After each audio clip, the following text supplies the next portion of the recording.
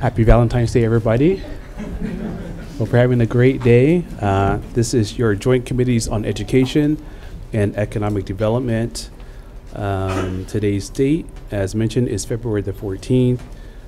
We are in conference room 309, and we have one bill on the agenda today, and we are hearing the governor's Green Affordability Plan. This bill seeks to help teachers and not only our ALICE families, but that gap group in the middle of the income bracket. And it seeks to do that by providing tax credits, increased standardized deductions, other adjustments to the brackets, and using a variety of tools available to our Department of Taxation. Okay, and now, without further ado, we'll just go ahead and get started. We actually have two agendas today. First up, we have the Office of the Governor providing testimony and support. Good afternoon, chairs, vice chairs, members of the committee. Blake O'Shore from the Office of the Governor. We stand on our written testimony and strong support, and I'm available for any questions. Thank you. Thank you, Mr. O'Shore, for being here. Next, we have DOE providing testimony and support. Superintendent. Good afternoon, chairs and vice chairs, members of the committee. Kurt Otaguro, Deputy Superintendent, testifying on behalf of Superintendent Hayashi and the department.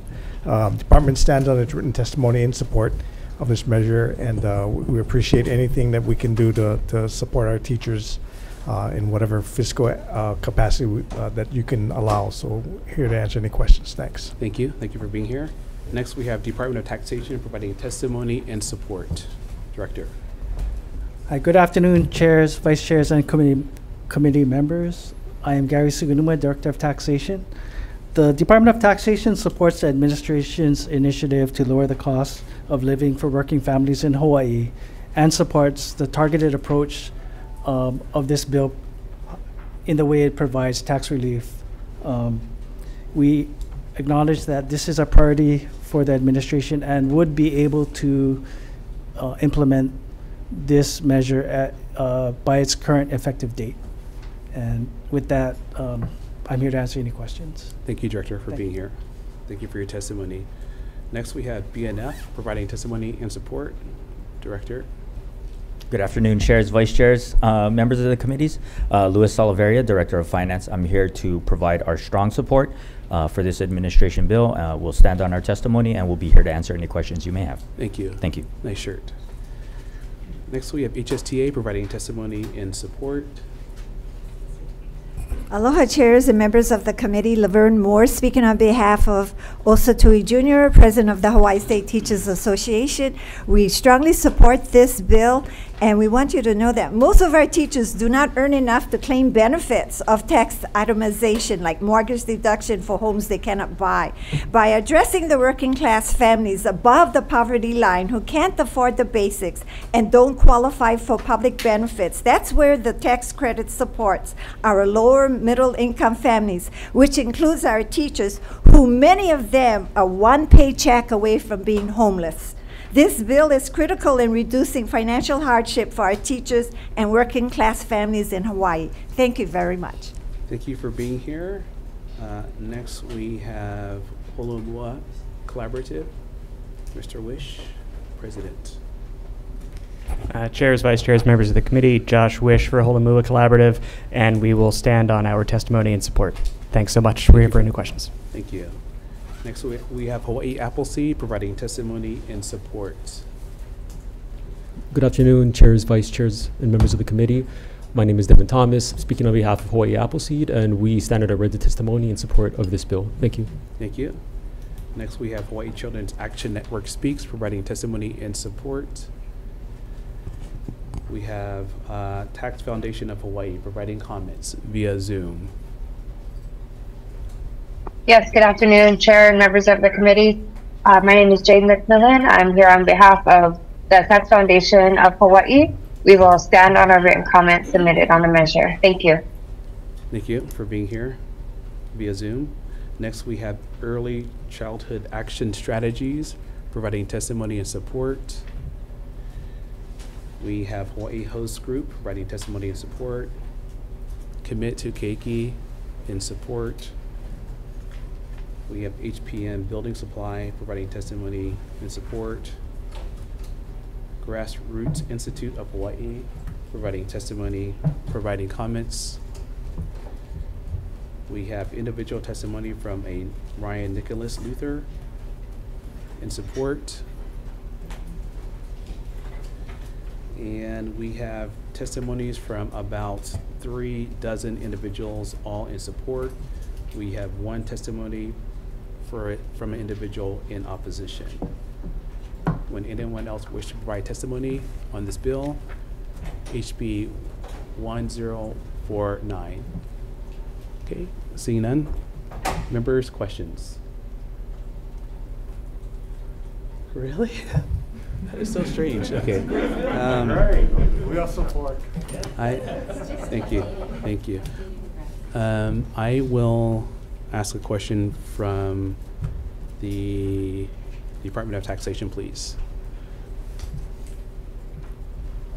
A couple of questions. Thank you so much, Director, for being here. First question is, the bill particularly describes that the tax credit for school expenses applied to K through 12th grade education, would you be amenable to actually inserting language that also inserts for our pre-kindergarten teachers? No, I mean, I don't think we'd have any objection to that. That would be up to you folks to decide how broad you wanted to, or if you wanted to make it available for pre-K teachers as well. Okay. As it's defined by statute. We could provide a revenue impact for that change. Okay, thank you. And so then we would have to also incorporate language per educational organizations. And so we would include 302A, which is DOE, 302L, which is EOEL, and also 302D, which is charter schools. I'm wondering if that's going to have any impact on federal compliancy. I probably would have to defer to the Attorney General's office on that one. Okay, so we might add it now, and if there's any issues, please let us know later. Yes, we'll do, and we can work with you on the language. Okay, and so we've been having discussions about these tax cliffs and how potentially individuals that earn more income, if they're on the back end of these brackets, can run into some trouble, and in the aggregate, they actually lose money. Can you speak a little bit about that? Yeah, so after this measure was introduced, we obtained some feedback regarding these potential tax cliffs or sudden drop-offs in how the credit is phased out. And so there are mechanisms to address that. We have a tax research and planning officer, and in fact, he's here. If you wanted to discuss, I guess, technically how that would work, but otherwise, we stand ready to work with you in coming up with the language and mechanisms to address the tax cliffs. I think we have some proposed language. Okay, thank you so much. Members, any other questions? Okay, Chair Holt. For the tax department, just wondering why page 22, line 1, adjusted gross income, we're changing the definition and going by what is defined by the Internal Revenue Code instead of what is in our HRS. I was just wondering why.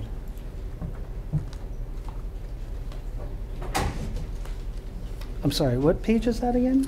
Page 22, line 1, adjusted gross income.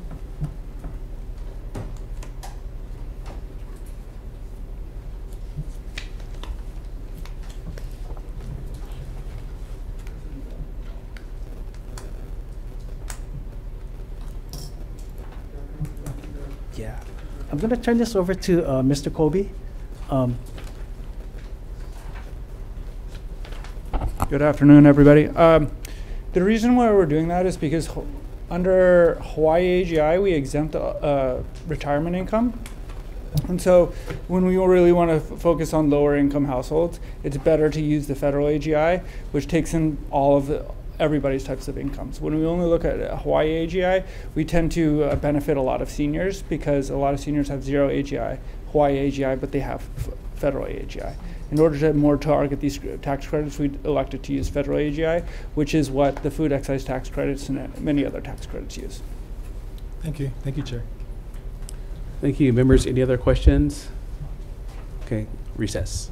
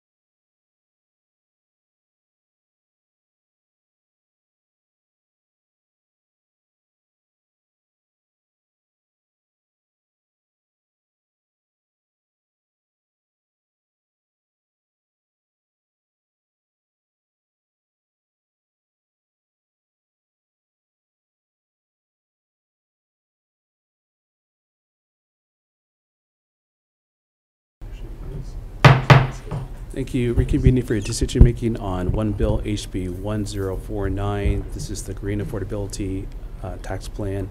Members, I would like to propose a HD1, and as mentioned in the hearing, I would like to insert language so that we include pre-K teachers in section 1 under proposed language Hawaii Revised Statute 235. Also add complementing language in the definition of educational organizations. So we will add 302D, 302L, to 302A. Throughout the bill, members, I would like to incorporate some recommendations per DOE tax to address the tax cliff issue. We would also like to overlay some language that indexes per cost of living, add some language that will better prevent fraud, defecting the date. And in the committee report, members, I would like to request that the Committee on Finance, if they so choose to take up this proposal, look at the cost impact and the subject matter expertise so that they can consider whether or not to move it forward. Questions, comments, concerns? Right. Just have a comment. I just want to thank all the advocates and the administration for putting forward this measure. Something that all of us talks about is lowering the cost of living for our constituents, and I think this is a measure that accomplishes that in a very creative way. As you can see, we have a lot of tax credits, straight tax credits on the books. Sorry for all the members who I didn't hear your tax credit bills, but it's because we have this approach this year. So again, thank you, Chair Woodson, for doing the work to make these amendments and helping all of our working families out there. So thank you, Chair. Thank you, Mr. Chairman. Pleasure. Okay. Questions, comments? Okay, Vice Chair for the vote, please, and members. Thank you. We're voting on HB 1049. Chair recommends patching and HD1 as discussed. Chair, Vice Chair vote aye. Representative Capella. Aye. Representative Martinez. Aye. Representative Matayoshi. Aye. Representative Peruso. Aye. Representative Quinlan. Aye. Representative Todd. Aye. And seeing that Representative Garcia is excused, Chair, your recommendation is adopted. Thank you. Thank you. ECD Committee, same recommendation. ECD voting on HB 1049. Recommendation of the chair is to pass with amendments. Chair and Vice Chair vote aye. Member Hasi Burdick, excuse. Member Kong. Aye. Member Nakamura. Aye. Member Quinlan. Aye. Member Purick, excuse. Chair, your recommendation is adopted. Thank you, Mr. Chairman. Adjourn.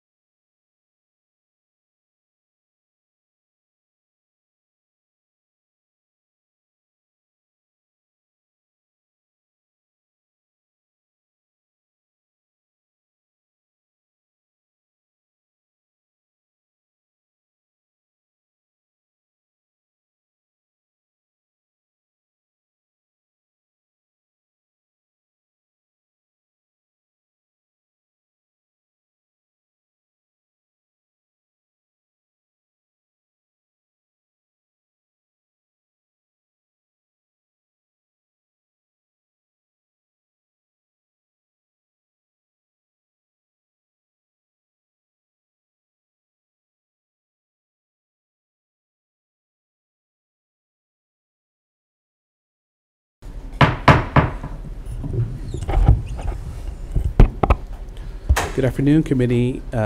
Convening the Committee on Education. Today's date, again, is February the 14th. It is about 2:22 p.m. and we are in room 309. We have about a little over a dozen bills on the agenda today, so let's get started. First up we have is HB 244, CTE Working Group and DOE Schools. We have DOE providing comments. Good afternoon, Chair Woodson, Vice Chair Martin, and members of the committee. I'm Heidi Armstrong, Department of Education. The department stands on its written testimony offering comments, and we're available for any questions. Thank you. Thank you for being here. Next we have HTSB, the Standards Board, providing comments.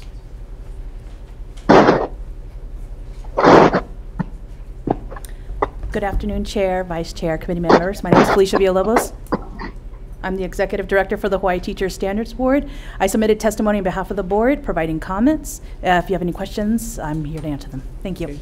Thank you, Director, for being here.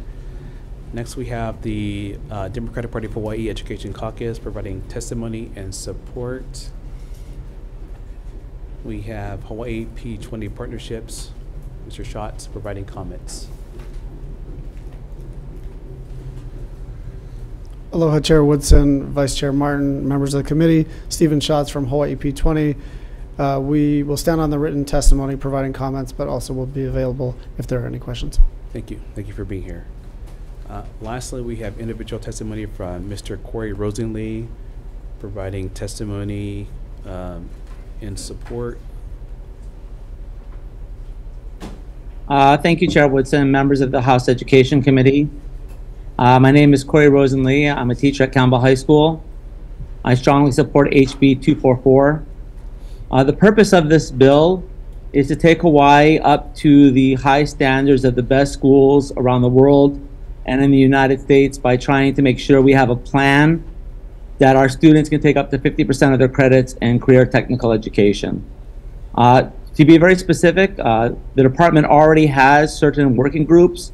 One is working with HTSB on trying to find ways to compensate teachers better, and the Pathway Advisory Group. But this plan differs in that it's trying to bring all the parties together to set up a vision of what it would take to get our schools to the high levels for CTE. And so, I mean, there's some very big questions that's going to take coordination among the many parties in Hawaii. You know, how many teachers will it take? How much compensation will it take? Where would that funding occur, and how will the legislature be able to get that funding? It's going to require the Board of Education and legislature to change policy in order to allow 50%. And we're going to need the business community in order to create the partnerships to allow this to occur. For too long, CTE in the state has sort of stagnated in the amount of credits that students can take, and so this is trying to change that. Thank you. Thank you, Mr. Rosenlee, for your testimony. Anyone else wishing to provide testimony on HB 244? Seeing none, members, any questions? I have a quick question for Dr. Schatz. So you mentioned in your testimony that you were concerned about potential duplication, and I do understand there are a number of working groups and also perhaps siloed groups. So P20 is working in one area, and I understand the superintendent has a new group of, I think, 5 folks working in his office on CTE. So I was wondering if, when you take a look at the task outline for this working group, what specifically do you think you foresee duplication around? There are, so the existing, I think the DOE's testimony mentioned some of the work groups they're engaging in particular around the teacher compensation work with HTSB.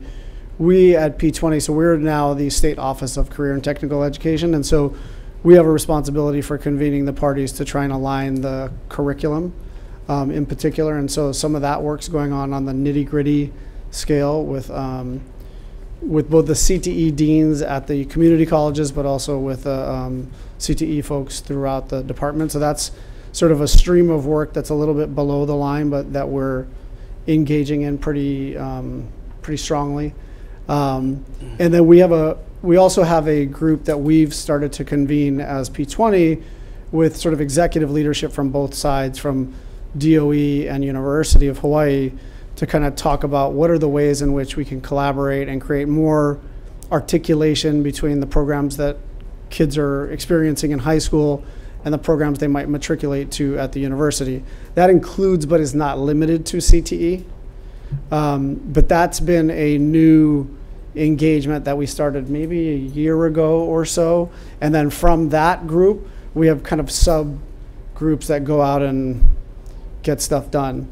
But that can be anything from like the CTE curricular alignment work to, for example, we've implemented the FastPass program, which enables students with a certain GPA threshold within the public schools to have expedited application processes at the 3-4 years. So not just about CTE, but about creating a smooth pathway from high school into college. And so I wouldn't stand here and say that every single thing in the bill is work that we've contemplated or have moving, but I will say a lot of the work that we're doing right now as P20 in collaboration with Superintendent Hayashi and the community colleges there's been a lot more action than in the last year and a half than there had been in a while. Right, and I appreciate that. Just quick follow-up, because I see this bill as, I see your work as being about alignment and articulation of using existing pathways, existing standards, existing credit requirements.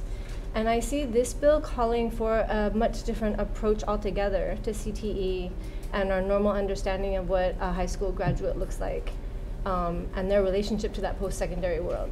So are you saying that you think that your P20 or the other groups that you mentioned are doing this restructuring work?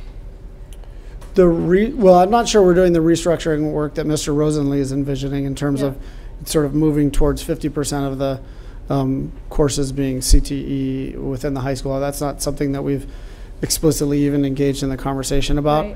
But yeah, I think our role as P20 is beyond just sort of the technical aspects of alignment of the curriculum. It's about setting a vision for the state and helping to articulate that vision. And I think we have a moment in time with Superintendent Hayashi, with President Lasner, and where we all have a common vision of what we're trying to get accomplished. So I feel like we're going to be embracing more than just the technical aspects of aligning that which is. Thank you. Thank you, Chair. Thank you, Representative. Vice Chair, go ahead. If you wouldn't mind just staying for a minute. So are you also looking at the credentials of the teachers, the trainers? In my district, I had somebody who brought up to me from one of our schools that like somebody who teaches mechanics, for example, is required to have teaching credentials, and they feel that the quality of the educators go down because then you get people teaching it that actually are not mechanics, and that people who would be very skilled teachers don't have access. And I'm not sure if I have that right, but I wanted to check. Yeah, I think that's a conversation that's been ongoing about how we get industry professionals in as teachers and how they can be compensated at a competitive rate. I think I'll hesitate to say too much about that because I'm not the employer, but I know that there are conversations that are ongoing. Thank you, Vice Chair. Members, any other questions? A quick question for DOE. Thank you again for being here. And so obviously there's a lot of synergy in this space. There's synergy at the complex area. Individual schools are interested in this work. The board is interested in this work. Can you share some of the examples that you've observed at the school level that is working with not only private sector but nonprofit with the individual schools to align those pathways? And how do you address the issue of making sure that you're aligning actual and emerging marketplace need with student interest? Sure, and as schools are creating their pathways, they have the working group that is the Pathway Advisory Council. And that council brings in members from industry to help the school as they develop their courses of study in creating a complete pathway. I don't think I would agree that those councils do not replicate the work of what's being asked for in this bill. But I do echo what Director Schatz shared about the current work of P20, possibly incorporating some of the asks from this bill into the new work and the forward-going work of P20. All right, thank you. Thank you. Interesting. Rep. Prusso. One more question for Director Schatz. Follow up. So how would you feel about that?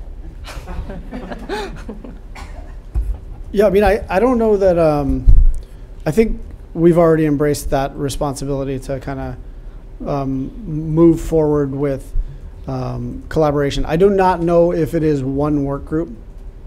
But I mean specifically about some of the more, I think, transformational asks in this, for this working group. Specifically looking at shifting the graduation requirements so that students could take up to 50% of their entire course load in CTE and then be therefore much more ready for the workforce once they graduate. Yeah, I mean, again, so I have to be a little careful here because my role is facilitative, right? Right. And then there's still a statutorily established Board of Education and superintendent who makes decisions therein, right? So I'm always happy to facilitate a conversation, but it also doesn't mean that there's a magic wand to be waved. So it would be better for you if that conversation was legislatively mandated. No, that's not what I'm saying. I don't know what you're saying then. No, I think I think we have a good situation right now wherein we can engage with the content of the of this bill and any of the other issues that we're working on and have those conversations without a legislative requirement to do so. Thank you. Thank you, Chair. Okay. Thank you so much, Rep. Any other questions? Okay, seeing none, moving on to the next bill. Thank you, Director. HB 281. This is a bill to expand geographic jurisdictions per DOE operations. First up, we have DOE providing comments. Superintendent. Hello, Chair Woodson, Vice Chair Martin, and members of the committee. Keith Hayashi, Superintendent, testifying on behalf of the Department of Education. The department stands on its written testimony in opposition to this measure. We see that. Thank you. Thank you. Thank you very much for the opportunity to testify. Thank you. Have you received your testimony? Thank you. Next, we have Honolulu Police Department providing testimony and support via Zoom.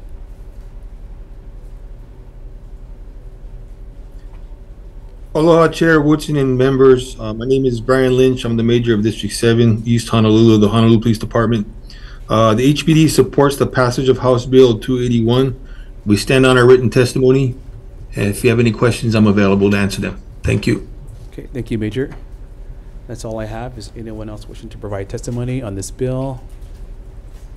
HB 281. Seeing none, members, any questions? Okay, Vice Chair, please.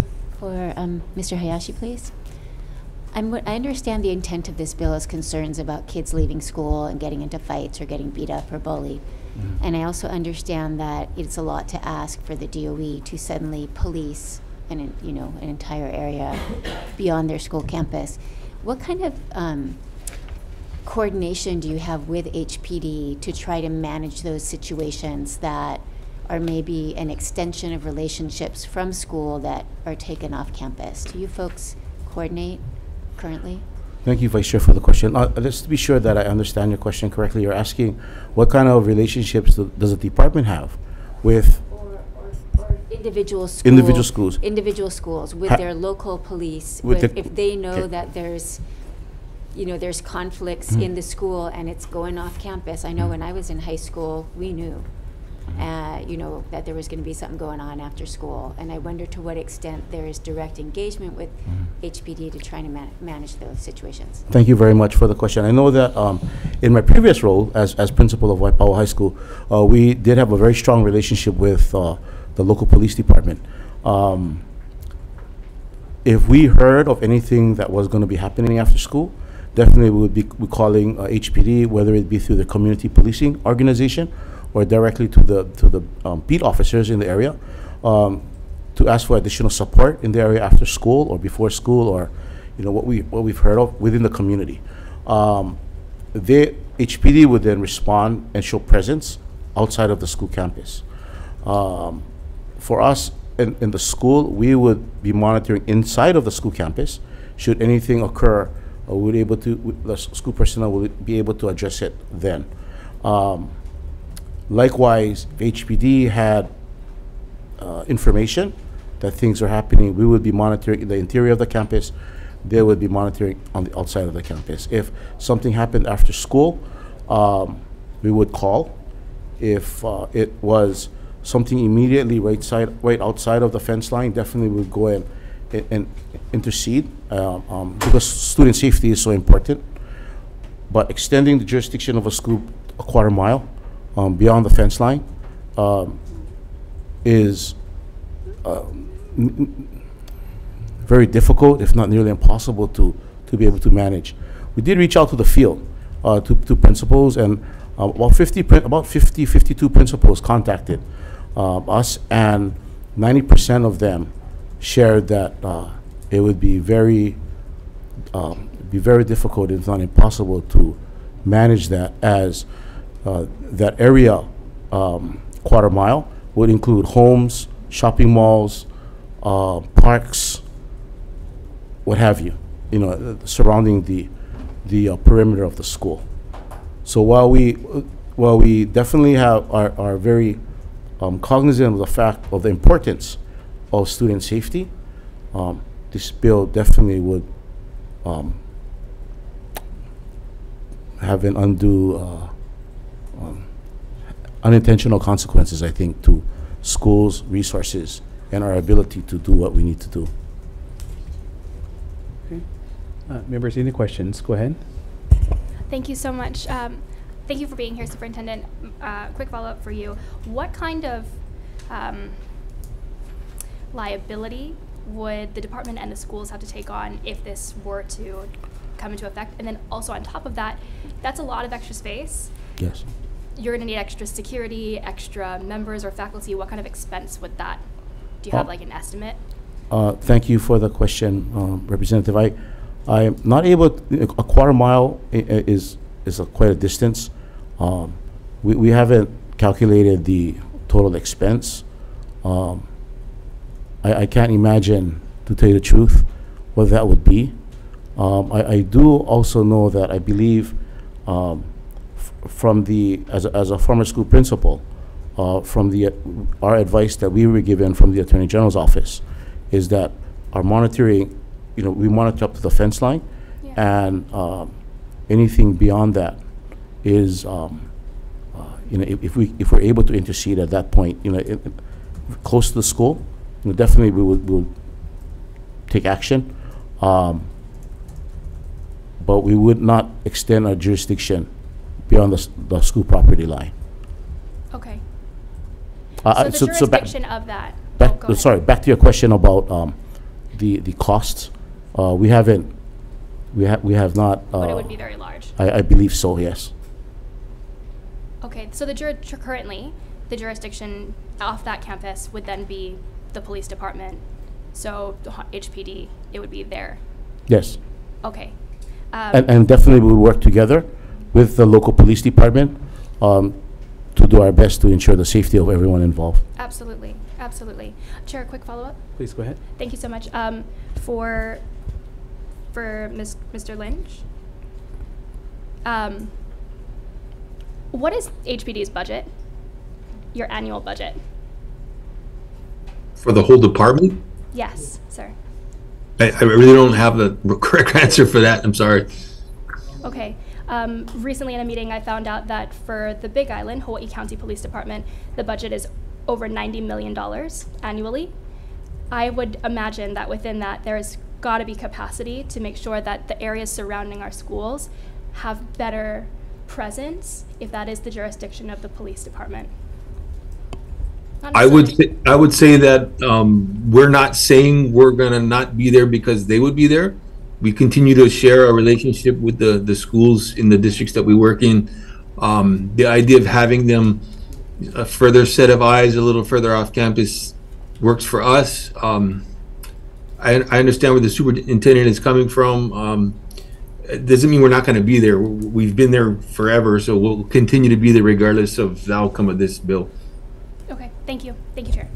Chair, may I just one point to clarify? Please go ahead. I do want to be very clear that our schools are very fortunate to have a very positive relationship with our local police departments, and that we work definitely collaboratively to do our best to ensure the safety of all of those involved. Thank you. Thank you, Superintendent. Any other questions? Okay, seeing none, moving on to the next bill, we have HB 392. This is Board of Education approval for CAS terminations. We have one testifier in opposition, Ms. Susan Davis, available via Zoom. Good afternoon, Chair Woodson and committee members. Are you able to hear me? I can hear you. Thank you. Thank you. First of all, I have no idea why this bill even came up. The Board of Education doesn't have any actual business in the day-to-day operations of the Department of Education. They do have approval of superintendents, but they all get approved. If they're going to become a superintendent, basically the board knows that the Department of Education has done their homework and wouldn't be bringing somebody to the board that didn't have the qualifications. So having the board have to approve a termination is just an extra step that the department does not need to have to jump through. They have enough work to do. They understand their business and they know what the schools need, and so that's why I oppose this bill. Thank you very much. Thank you, Ms. Davis, for your testimony. Is there anyone else wishing to provide testimony on this bill? Seeing none, members, are there any questions? Okay, seeing none, moving on to the next bill, HB 464. This is a... You have a question? Okay. We will go back since we didn't start, actually. Go ahead. Is DOE here for 392?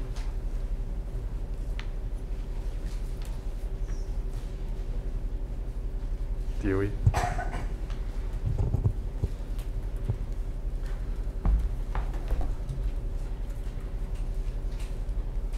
I'm sorry if you already answered this too. How long do you think it would take to terminate if they went to the Board of Education? Thank you for the question. Representative, we respectfully defer to the Board of Education for to respond to this bill. Okay, sorry, is the board here? I don't believe they did not submit testimony. Okay, thank you, Chair. Okay, thank you. Any other questions? Okay, seeing none, moving back to HB 646. This is with regards to magnet schools. It's a pilot program. And first up, we have the Department of Education providing testimony, providing comments. Good afternoon, Chair Woodson, Vice Chair Martin, and members of the committee. I'm Tammy Chun, Deputy Superintendent, and standing on our written comments. Okay, thank you so much.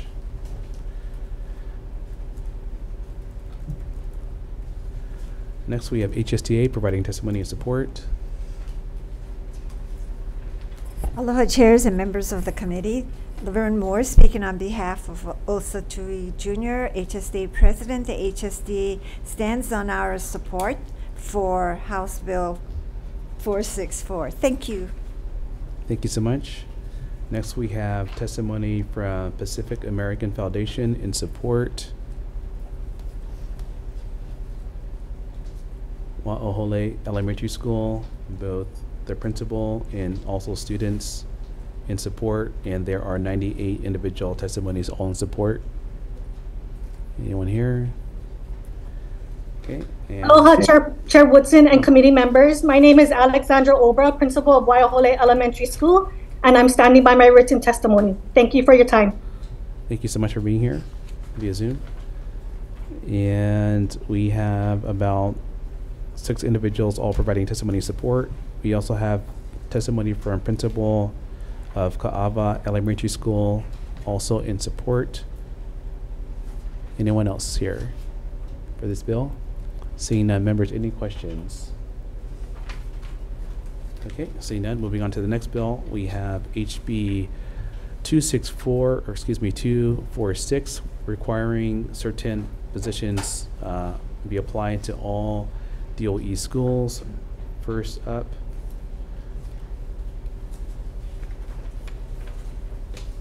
we have DOE providing comments. Good afternoon, Chair and Vice Chairs and committee members. Kurt Otuguro, Deputy Superintendent. Department stands on his written testimony offering comments. I would just say that we always appreciate any assistance and support at the school level. You know that the school has a weighted student formula that calculates basic at the end of budgets to apply. And what the school has is a very unique opportunity to have a school level choice of positions. And that's a very powerful thing by school, as you know. So this bill, while it's important to have these positions, it would prescribe 3 positions that the principal would not have a choice to make. And so we just comment on that, and we're happy to answer any questions. Thanks. Thank you for being here. Next, we have testimony and support from the Pacific American Foundation. Not present.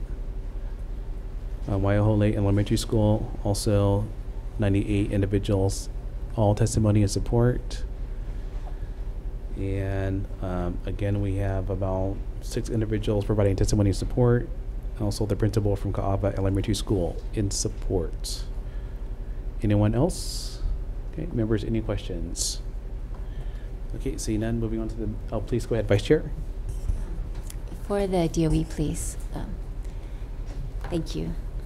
So I'm guessing that the author of this bill, the intention was that these be additional positions, but you're suggesting that these positions could be instead of, say, a librarian, or I'm not sure what other types of position might this take the place of if these were required.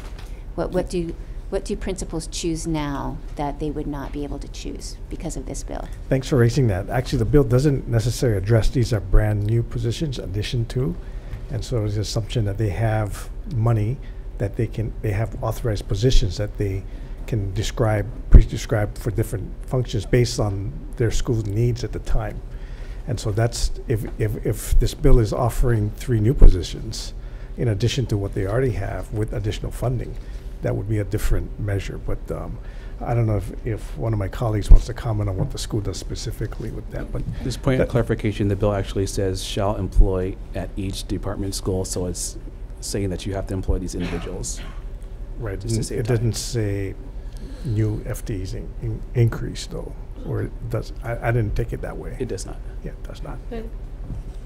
So my question is, what type would it be? You know, somebody who provides, you know, special education support, or who would be lost?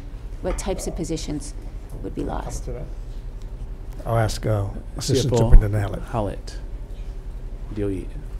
I think it's very hard to say what position wouldn't be selected by a principal if these 3 positions were required. I would just maybe add that, for example, it's a counselor, a VP, and a media specialist, which serve similar functions perhaps to a librarian type of position.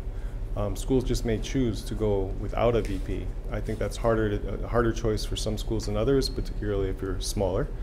It's maybe more of an option, but if you tend to use your VP to fill in gaps that may come up throughout the year, then, you know, as a principal, you probably really need that VP more than another type of school that maybe is more stable and consistent and predictable in their needs, student needs, and staffing capacity. So it's just an example, I think, of the point of why each school is unique.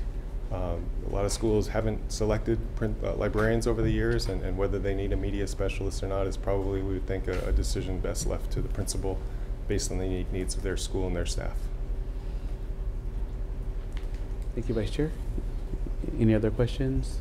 Rep. Pruso. I have a question for the superintendent. Good afternoon. Afternoon.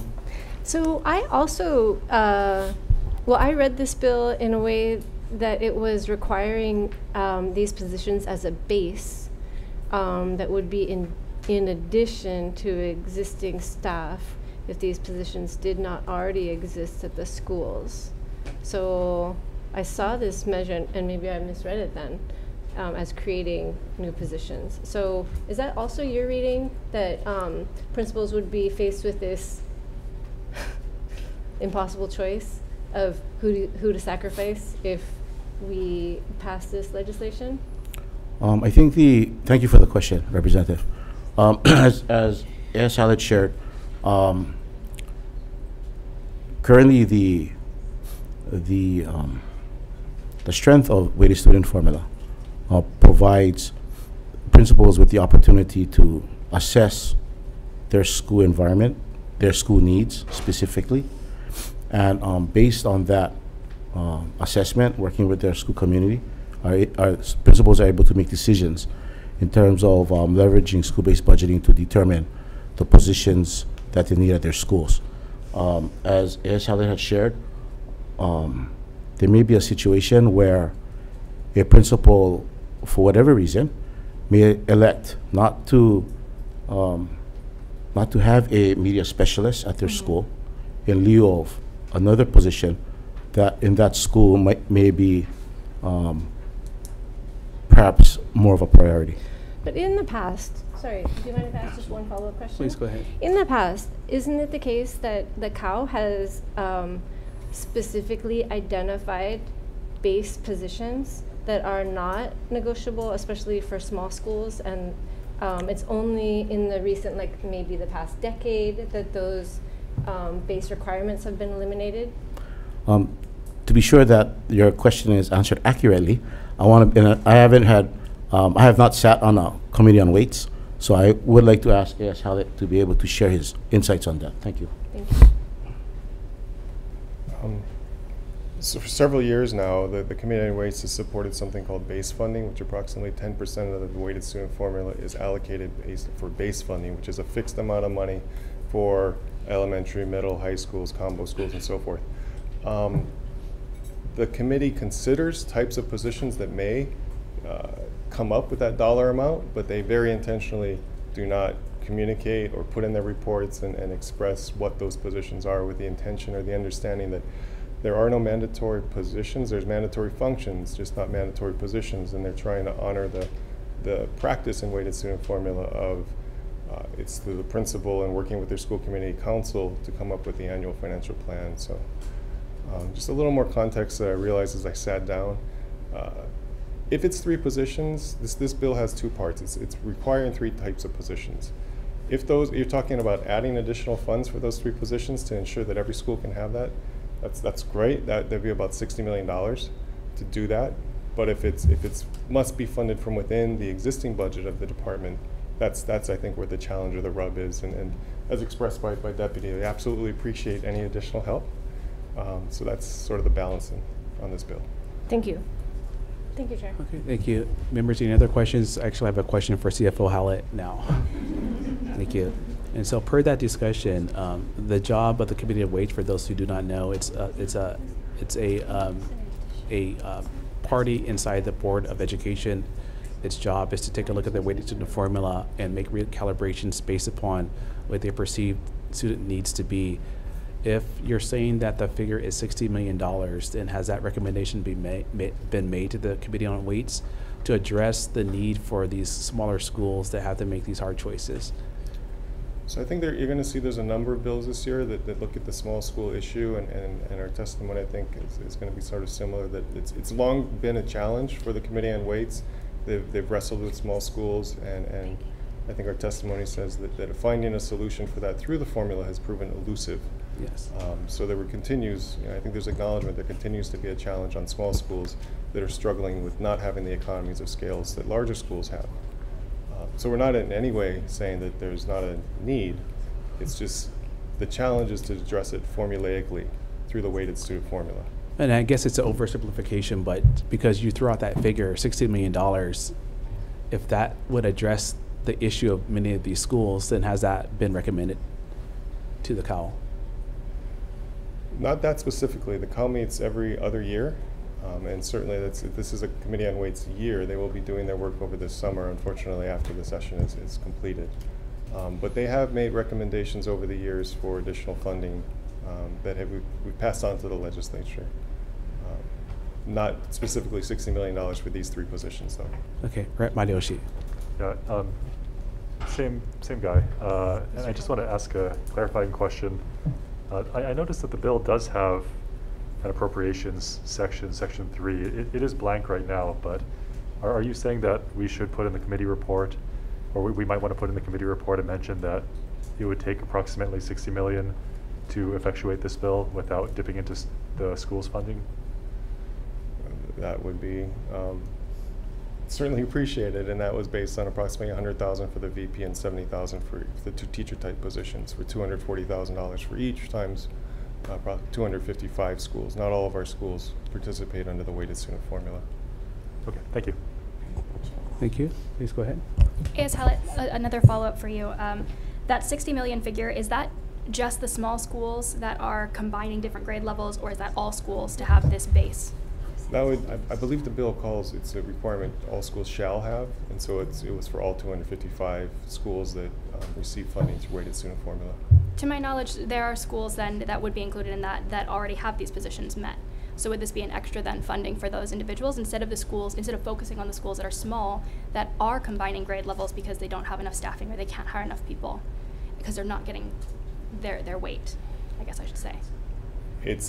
Yeah, many of our schools have vice principals and counselor positions. I think one of the challenges is they make decisions or choices to do that within the existing resources they have. So it would be an equity issue to say, because you already have one, therefore you don't need more assistance relative to any other school. That would be something the Committee on Weights would wrestle with, with the charge of equity. Thank you, Chair. Thank you. Right. Any other questions? Yes. Okay, Chair. please go ahead. Let me ask some. Since funding is not an issue, are there any challenges that you encounter in hiring these positions, considering we have shortage of teachers? Are there any challenges? I'll defer to the superintendent. Thank you, Representative. Would you mind please repeating the question? Since funding is not an issue, as been mentioned earlier, are there any challenges in fulfilling these positions, considering there's a shortage in teachers? Should funds be made available for the positions? Currently, we are struggling to fill positions within some of these positions that have been identified, counselors, school administrators, and such. So there may be there may be some issue with filling the vacancies. That you will encounter. Yes. Any possible solutions that you have in mind? A possible solution may be to if we're to provide the funding for the positions, but still for these to address the need for small schools, but still provide the flexibility and the philosophy of weighted student formula and school-based budgeting to still allow the principal at the school to determine the types of positions that are needed with the additional resources. Probably would have something to do with recruitment. Yes. Yes. Thank you very much. Thank you. Thank you, Representative. Any other questions, members? Okay, seeing none, moving on to the next bill. We have HB 850. This is trauma-informed education. First up, we have Department of Education providing comments. Good afternoon, Heidi Armstrong, Department of Education, and the department stands on our written testimony offering comments. Thank you. Thank you so much. Next, we have DHS providing comments.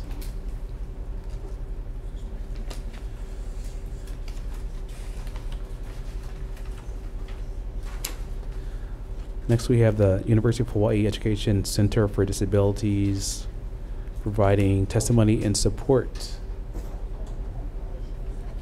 Okay, we have the Office of Wellness and Resilience in support. Trauma and, oh, please come in. Aloha Chair, Vice Chair, members of the committee. Tia Roberts-Hartsock, Executive Director, Office of Wellness and Resilience in the Governor's Office, providing support with comments, deferring to the Department of Education. Okay, thank you for being here. Next, we have Growing Pono Schools in support. We have Trauma-Informed Consultant, Retired Principal in support, Mr. Higa. We have Pacific American Foundation in support. Le Jardin Academy in support. We have testimony from several individuals, all in support, about a couple dozen. Is there anyone else wishing to provide testimony? HB 850.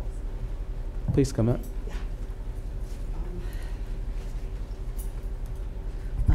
Aloha kako, everyone, Chair Woodson and Vice Chair Martin and the committee. My name is Bella Finau from Wina. I've been a public school educator on the Ko'olau side of the island at Kaneohe Elementary.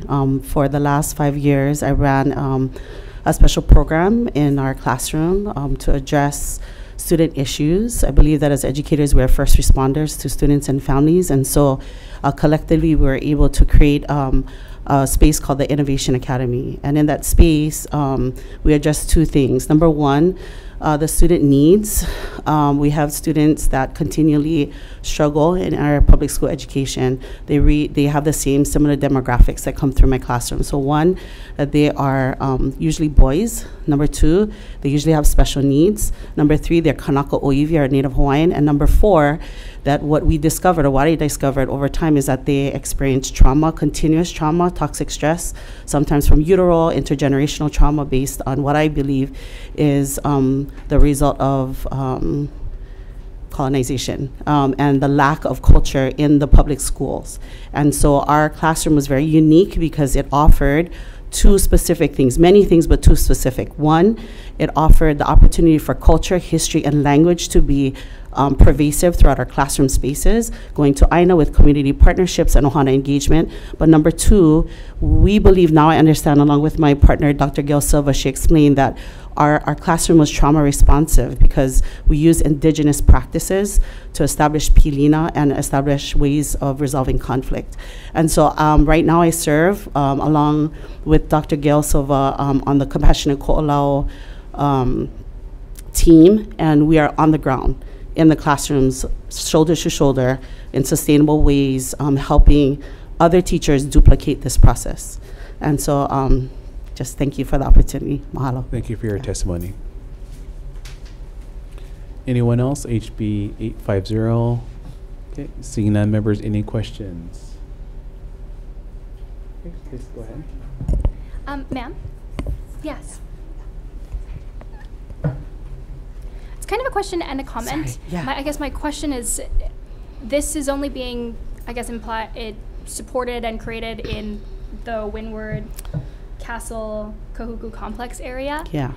I'm disappointed, and I think my only issue with the bill is that I wish something like this were happening across the board, because I think we have many Native Hawaiian students, not just in this area, but across our state. Yes. So is this something that you think could be scaled? Absolutely. I think what this gives us an opportunity to do is duplicate again what we've already been doing, but in a larger scale. So I would like to say that this potentially could be a pilot, you know, that we're in the classrooms, we're doing it, we're collecting results, and then hopefully absolutely, I would love to see it across the Aina. That is the vision, that is the goal. But right now, because we're in contact, you know, and this is where we work, we're starting here on the Ko'olau side. Yeah. Thank you. Mahalo. Thank you, Chair. Thank you so much for that question. Any other questions? Okay. Vice Chair. For the DOE, please. This program, the bill, it's a little confusing. Is this just Castle Kahuku, or does it extend to the Kailua Kalaheo complex as well? Right now, my understanding is this is, do you want to come up? Okay, thank you. Yeah. And I'd like to introduce Gail Silva. Dr. Silva, okay. Thank you, Dr. Silva. Aloha. So, yes, so it goes from Waimanalo all the way to, we're actually serving the entire Windward District, even though we're supposed to stop, I guess, around Waihole, but we are serving the entire Windward District from Sunset to Waimanalo. Thank you. Any other questions? Okay. Quick question. Go ahead. So, for you, Director. So this is, just to clarify, the kind of an extension of the work that was started out on the Leeward Coast under Ann Mahi. Is that correct? It's a little different. I think that our programming is more unique. It's more culturally relevant and culturally centered, where I think they were using more Western focus there, and we're being very specific that we want to include the culture. So we're combining all of our interventions are with the community, with Aina Partners, with Liliuokalani Trust, with the Office of Hawaiian Education. So our training, our on-the-ground training, it's a 3-part training. So it starts on Aina. We take the principals, we've taken leaders, we've also taken all the teachers. So for instance, on Friday we took Hei Elementary, all of them to Luluku Farm, and they had an experience there. And then in the afternoon we went back to their school and provided trauma-informed information related to cultural trauma, not just trauma, but cultural trauma as well. And then there's another part where we come back and we help them to collaborate, co-create solutions together with community. So we're trying to model for them what they could do not only in their classroom, but as a school community, so that we're just not downloading information to them. Thank you. Thank you, Chair. Thank you. Very interesting. Thank you both for being here. Any other questions, members? Okay, seeing none, moving on to the next bill, we have HB 830. This is the Hawaii School for the Deaf and Blind Charter School conversion proposal. First up, we have DOE offering comments. Good afternoon. Heidi Armstrong, Department of Education, and the department stands on its written testimony offering comments on this bill. Thank you. Thank you for being here. Next, we have AG's office offering comments via Zoom. They are still here. Oh, always. Okay, thank you. Good afternoon, Chair Woodson, Vice Chair Martin, members of the committee, and Ann Horiuchi from the Department of the Attorney General. As we set forth in our testimony, the decision and actions needed to convert into a charter school are school-based or community-based decisions and are not within the DOE's jurisdiction. But to implement the intent of the bill in our testimony, we offered some revisions that would substitute the Hawaii School for the Deaf and Blind for the DOE as the lead entity to orchestrate the plans to transition to a conversion charter school. Thank you for the opportunity to testify, and I'm available for questions. Thank you. Okay, we have HGEA providing comments. Okay, that's all I have on my list. Is there anyone else wishing to provide testimony for HB 830? Seeing none, members, are there any questions? Okay, seeing none, moving on to the next bill, we have HB 741. This is an appropriation to establish and expand civics education in DOE schools. First up, we have the Department of Education offering comments. Good afternoon. Heidi Armstrong, Department of Education, and we stand on our written testimony offering comments. Thank you. Thank you for being here. Next, we have the judiciary offering testimony and support via Zoom.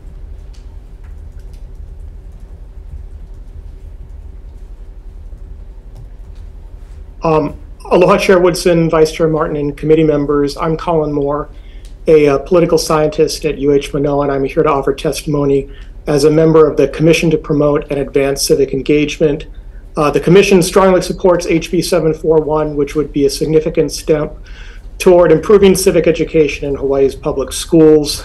Currently, the Department of Education does not have a position focused on and dedicated to civic education. The DOE does have an educational specialist for social studies, but she has broad statewide responsibilities related to social studies generally, and just one part of those duties is to address civic education for students in grades K through 12.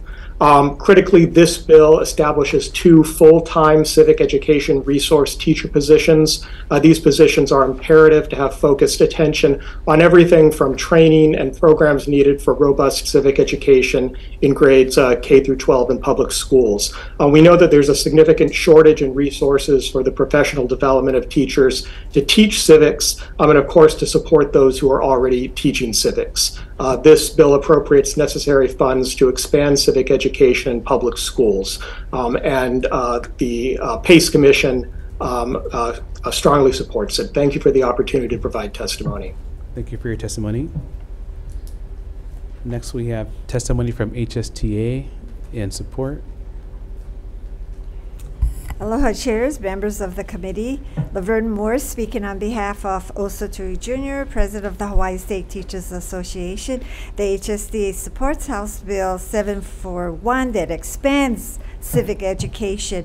We want our students to be ready for the real world. We want to connect them through the real world with experiences, not only learning knowledge, but have the skills to engage in the working of democracy, be able to practice democratic citizenship like writing and submitting testimonies and testifying at the legislature in the pursuit of a better Hawaii, a place where working families can continue to call this place home. Thank you. Thank you for your testimony. And we have individual testimonies from 2 people, one in support, the other offering comments. Anyone else? HB 741. Okay. Questions? I have a quick question for the superintendent. Thank you again for being here. Sure. So my question, you raised in your testimony the potential problems with having the second position be reliant on grant funding. Yes. And I'm wondering, and I think at the time this measure was written, it seemed as though there was going to be federal legislation passing that would provide more robust funding for civic education across the country. Do you think that there is sufficient work in this area to necessitate a second position funded via general funds? 1 second, please. I think that was.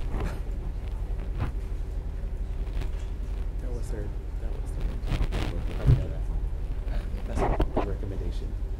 Thank you. I know, I just want to get it on the record.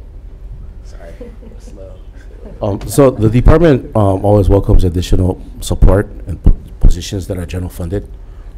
Definitely an area of civic engagement. We work together. Yeah, I'm just asking you if that's something you could get excited about. Definitely. Okay, Thank you. Thank you, Chair. Thank you. Any other questions, members? Okay, seeing none.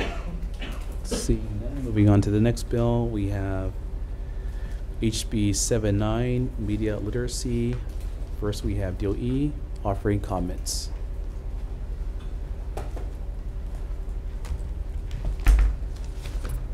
Hi, good afternoon. Heidi Armstrong, Department of Education, and we stand on our written testimony offering comments. Thank you. Thank you so much. Next, we have testimony from the Democratic Party of Hawaii Education Caucus in support. We have testimony from Computer and Communications Industry Association in support. Hawaii State Youth Commission in support. Testimony from 2 individuals, 1 in support, 1 in opposition. Anyone else? Okay. Seeing none, members, any questions? I have a quick question. Okay. Go ahead. For the department. So, you know, I read this measure in a way that I don't think you read this measure, because your response was more oriented towards computer science courses and standards.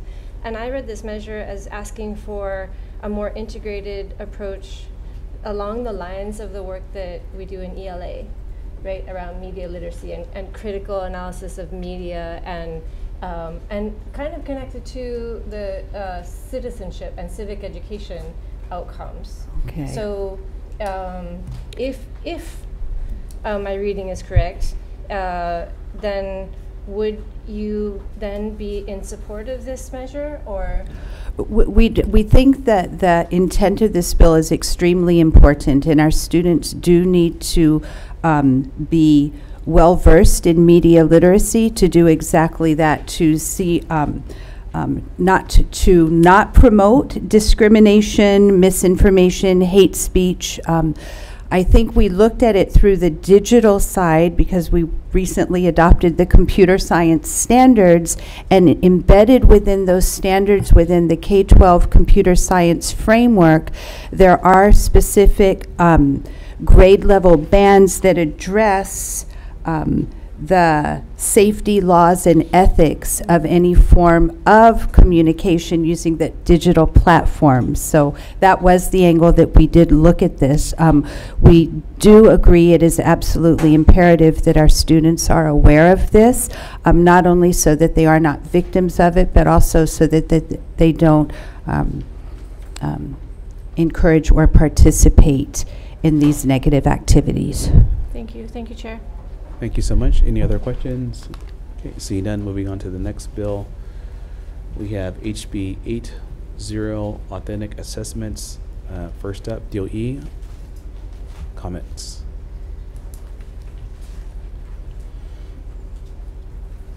Good afternoon, Heidi Armstrong, Department of Education, and we stand on our written testimonies offering comments. Thank you. Thank you. Next, we have Hawaii State Youth Commission in support, and we have two individuals providing testimony in support, one available via Zoom. Mr. Rosenlee. Thank you, Chair Woodson, members of the Education Committee. I strongly support HB 80 on authentic assessments. Our state needs to move away from standardized testing to authentic assessments. Inside my testimony, I included a chart that shows the strong correlation between standardized testing and poverty. Unfortunately, when we are testing on standardized tests, basically we're just testing our kids on how poor their environments are. There's great research that shows the improvement on authentic assessments. Again, inside my testimony, I included research about New Hampshire and the New York Consortium schools that shows that when we move to authentic assessments, it increases student retention, college going rates, college retention, lower suspension rates, even has impact on things such as teacher retention rates. This is something that's long due, and I hope this committee will pass HB 80. Thank you. Thank you so much. Anyone else wishing to provide testimony on HB 80? Seeing none, members, any questions? Rep Mateyoshi. Maybe for the DOE. Thank you for being here. I'm a little concerned with this. As a teacher, I did give standardized assessments, and I remember being very annoyed by them. They took a lot of our time, and they were very cumbersome, and it forced us to teach in a certain way that I didn't necessarily agree with all the time. That being said, for authentic assessments, in your opinion, who would be judging whether authentic assessments are adequate or developing these authentic assessments? Right. And I'll start off, authentic assessments are very important, and they are a complement. If not, they are would be done more frequently, of course, than our standardized assessment, which we're required to do through ESSA, and that standardized assessment allows us to have a broad picture of where we stand on a national scale. But that being said, with the momentum of authentic assessments, the department does want to ensure that they are valid assessments, that they do measure what they're intended to measure. And with that, our assessment section within our Office of Strategy, Innovation, and Performance currently has an initiative underway to develop teachers' skills and abilities to ensure that the assessments that they are creating are appropriate and measure what they're intending to measure. Okay. Is your office capable of doing that on this kind of scale? it is a large undertaking.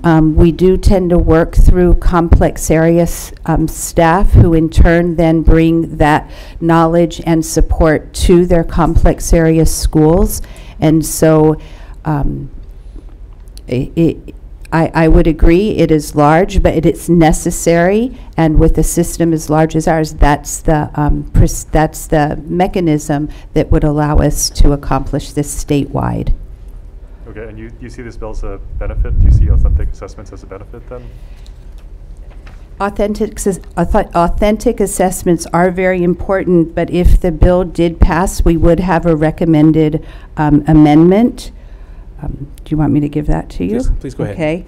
Okay. Would be in section 2G, page 4, and that's line 10 and 11, to be amended to read, involves multiple forms of strikeout measurement other than standardized testing, and then continue with the written language that connects instructional content to the real world. Okay, yeah, and that's my concern, is that I'm not sure this should replace standardized testing, which is what I read this bill. And if I'm reading this bill wrong, please let me know. But it seems like this bill is trying to replace standardized testing with authentic assessments, and I'm not sure I agree with that. Am I misreading this? Under federal law, it can't. Okay. Is this something that you need this bill to do, though? It sounds like you're kind of on board anyway. We are on board with this. We don't need this bill to continue with our efforts, as the department does agree that authentic assessments are very meaningful and very valuable for our students and teachers. Okay, thank you. Thank you, Chair. Thank you. Members, any questions? Go ahead. Thank you, A.S. Armstrong. And I did see your amendments.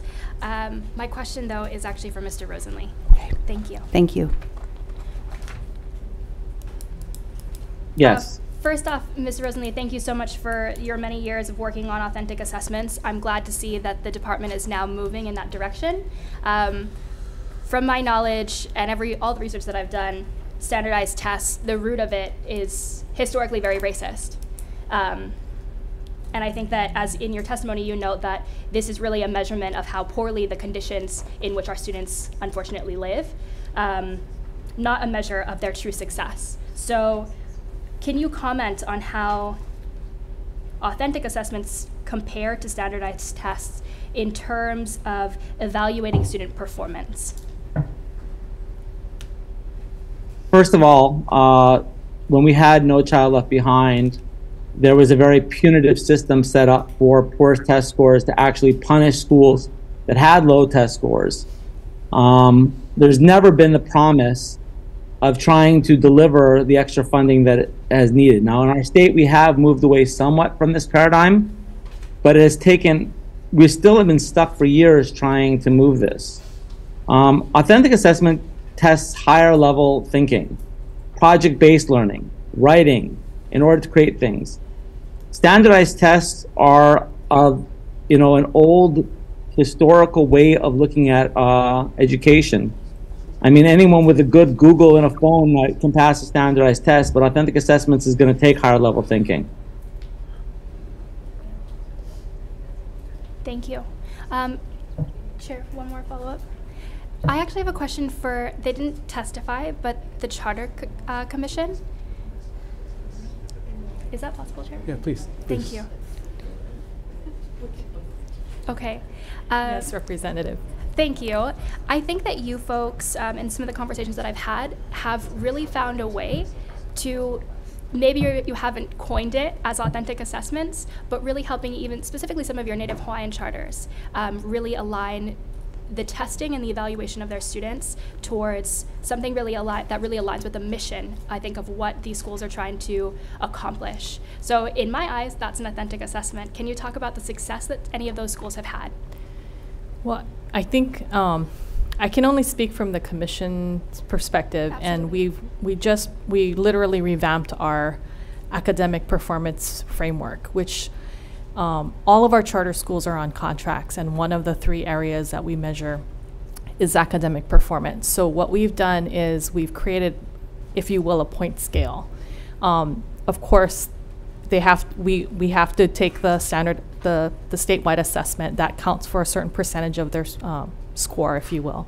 But we also created measures that allow schools to demonstrate their mission-aligned initiatives, and those are the areas that our charter schools can then, they teach the way they teach, and they measure those things because those are of value to them in their mission and their visions.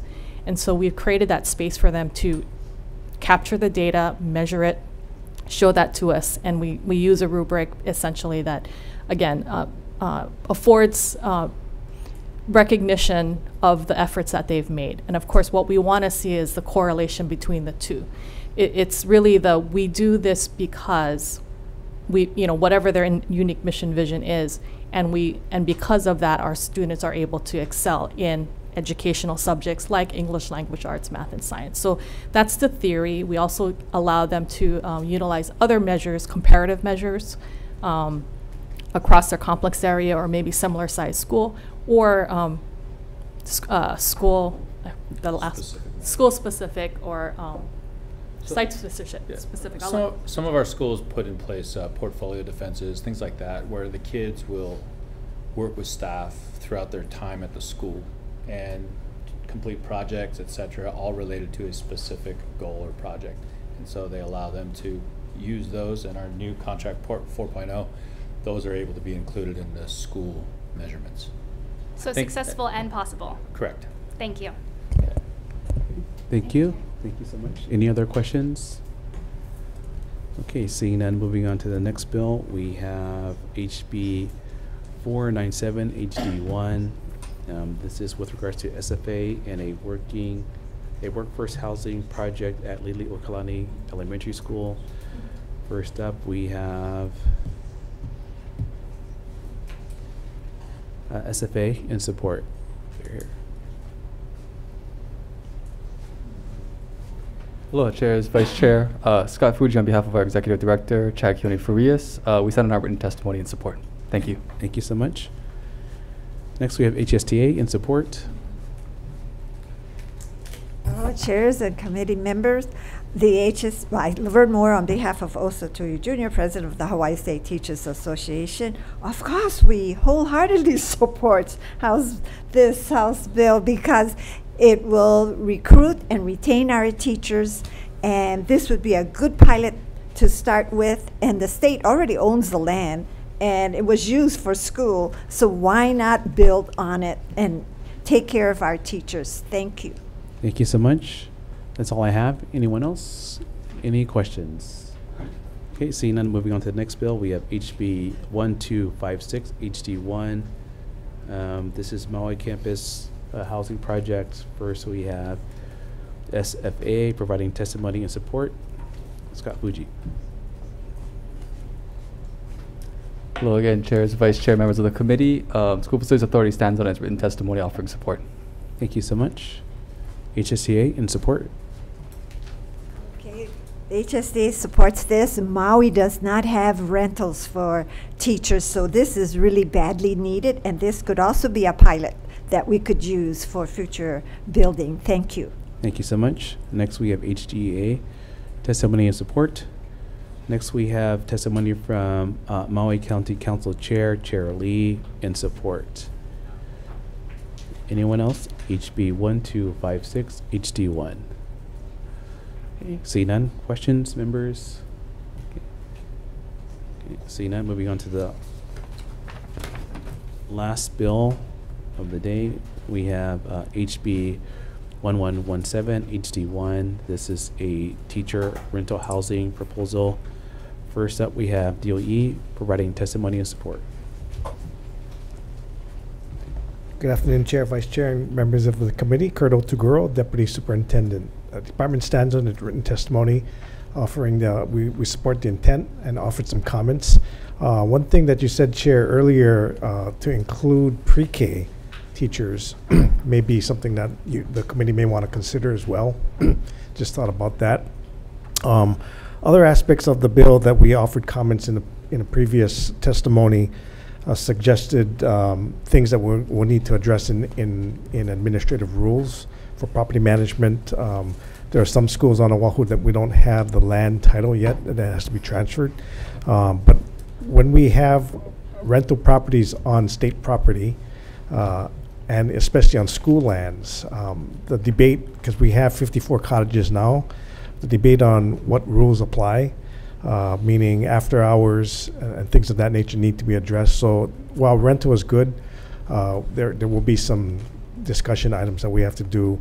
And I know we also offered a previous testimony saying that the 95%, if the committee would consider expanding that a little bit more to say that percentage could be defined in administrative rules, simply because on the neighbor islands, as you know, especially in the rural areas, while teachers are important, and that's the whole intent of this bill, there may be other school staff that may also need to be accommodated, and 5% may or may not do the trick. So I guess it's a balancing act. I know we have to start somewhere, but we really appreciate this bill. Thank you.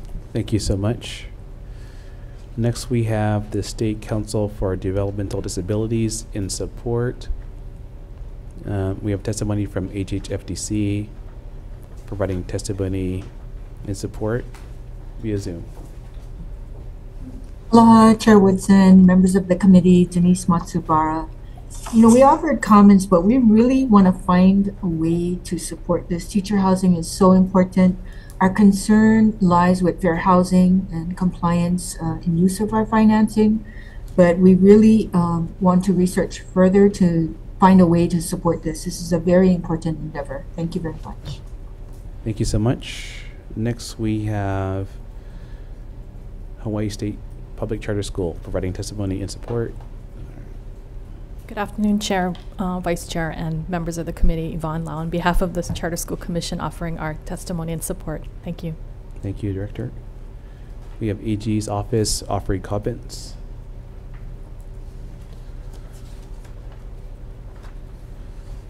Aloha Awinala, Chair Woodson, Vice Chair Martin, members of the committee. Our department offered comments on this bill suggesting language to help effectuate its purpose. To briefly summarize, we recommend that the wording at page 5, lines 1 through 3 be deleted, and that page 4, lines 13 through 16 be amended to read as follows. If the occupancy of teacher housing units by teachers falls below a percentage threshold, as determined by the department through administrative rules, the available units may be rented to eligible non-teacher tenants. We also have suggestions regarding the section that was just added to address fair housing concerns. At page 4, lines 19 through 21, we suggested the language read, all teacher housing developed pursuant to this section shall be rented and operated in compliance with all applicable federal and state fair housing laws. Our testimony provides Ramsay formatting for your reference. I'm available if you have any questions. Thank you. Thank you so much. Next, we have HSTA in support. Laverne Moore speaking on behalf of Osatui. Yes, we highly support this. Thank you. Thank you. We have testimony from the Hawaii Realtors in support. HGA providing comments. And individual testimony from 4 members of our communities in support, including actually Chair Lee from Maui County Council in support. That's all I have. Members, any questions, or is anyone else here wishing to provide testimony on this bill, HB 1117 HD1? Okay, members, any questions? Okay, seeing none, recess.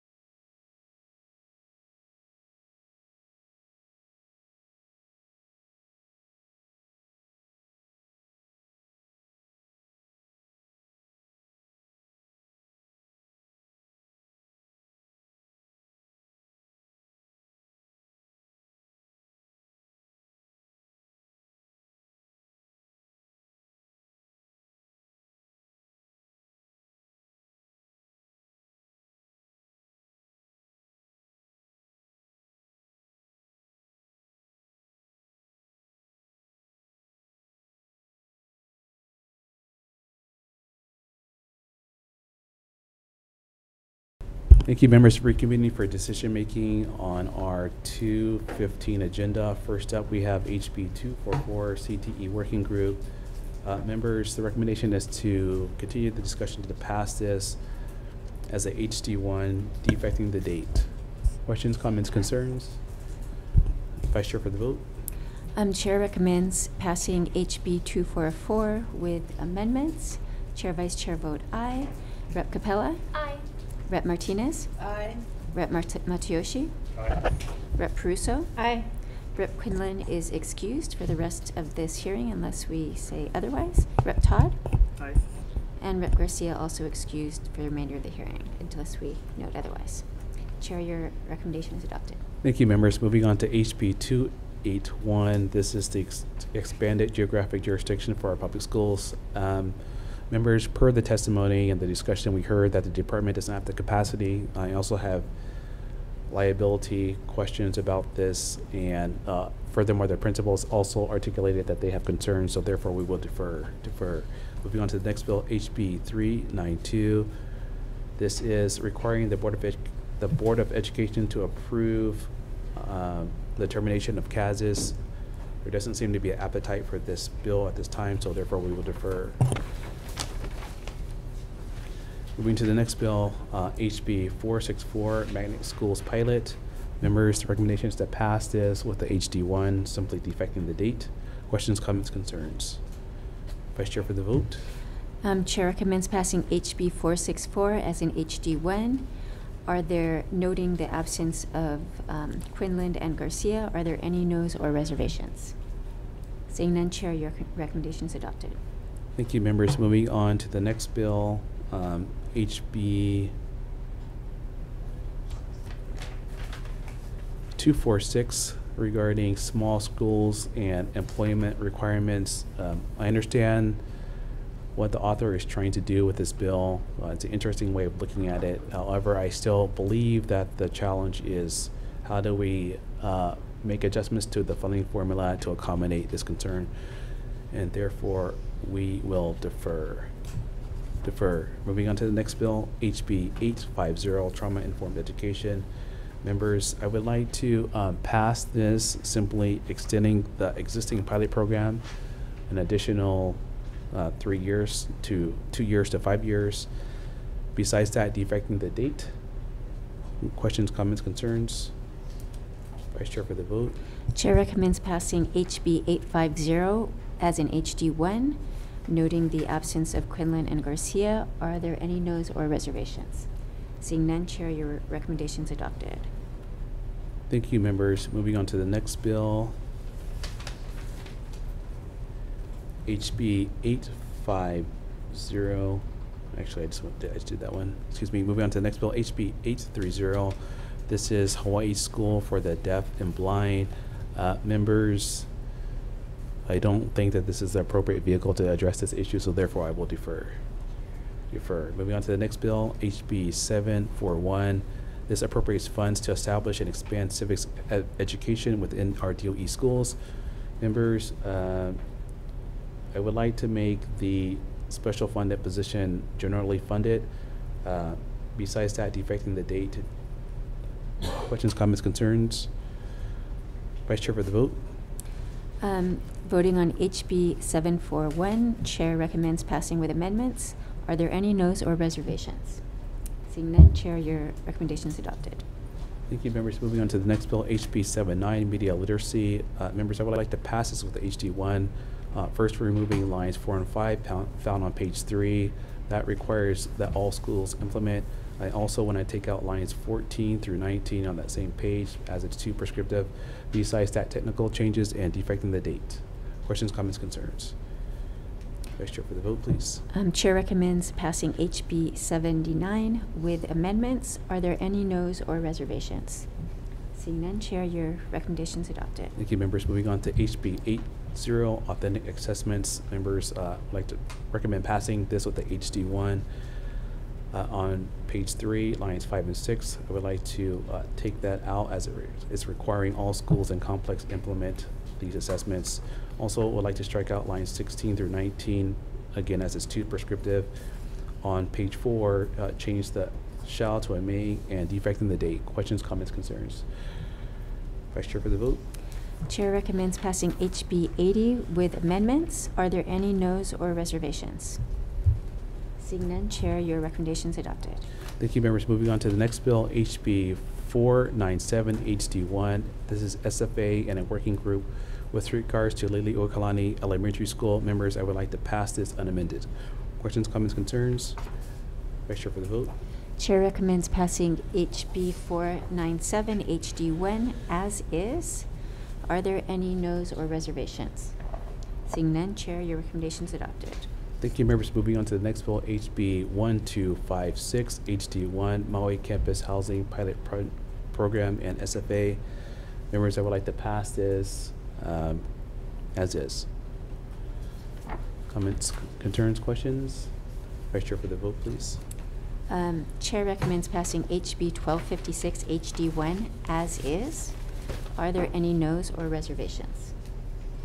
Seeing none, Chair, your recommendation is adopted. Thank you, members. Moving on to the last bill, HB 1117 HD1, Teacher Housing Project. Members, I would like to pass this with a HD2, accepting AG's recommendations throughout the proposal, also adding pre-K per DOE's recommendation, and also adding it to be applicable for HGEA individuals per the testimony as well.